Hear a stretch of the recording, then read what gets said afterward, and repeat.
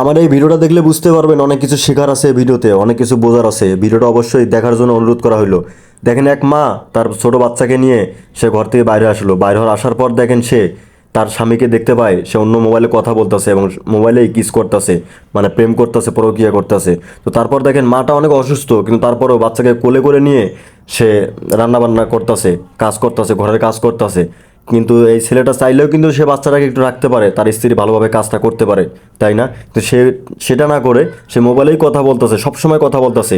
এই মা দেখেন এই অসুস্থ অসুস্থ থাকার পরেও বাচ্চাকে কোলে করে নিয়ে কাজ করতেছে, ঘর ঝাড়ু দিতেছে, রান্না করতেছে। তারপরে দেখুন সে কাশতেছে, অনেক বারবার কাশতেছে, এবং কাশি দেওয়ার পর হঠাৎ করে মুখে হাত দিয়ে দেখে যে তার কাশির সাথে সাথে আপনার রক্ত চলে আসছে। তো তারপরে সে বুঝতে পারে যে না, আমার তাহলে তো অনেক বড় রোগ হয়ে গেছে, আমি তো হয়তো বাঁচবো না। তখন কান্না করতেছে, অঝরে কান্না করতেছে, এবং বাচ্চাটার দিকে তাকায় আছে যে আমার যদি কিছু হয়ে যায় তাহলে এই বাচ্চাটাকে কে দেখবে?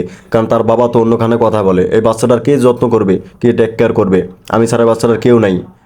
তারপর দেখেন অনেক কান্নাকাটি করার পর সে এখান থেকে চলে যায়, এবং চলে যাওয়ার পর আবার দেখে তারপরেও স্বামী এরকমই করতেছে। তারপর সে দেখেন বাচ্চাটাকে এখানে বিছানার মধ্যে শোয়ায় রাখে, এবং শোয়ায় রাখার পর সেও বাচ্চাটার সাথে শুয়ে পড়ে, এবং শুয়ে থাকার পরে এই মহিলাটি এই দুনিয়া থেকে চলে যায়। কিন্তু তার স্বামী একটু পরে চলে আসে রুমে। চলে আসার পর দেখে যে এই তার স্ত্রী আর দুনিয়াতে নাই, সে দুনিয়া থেকে চলে গেছে।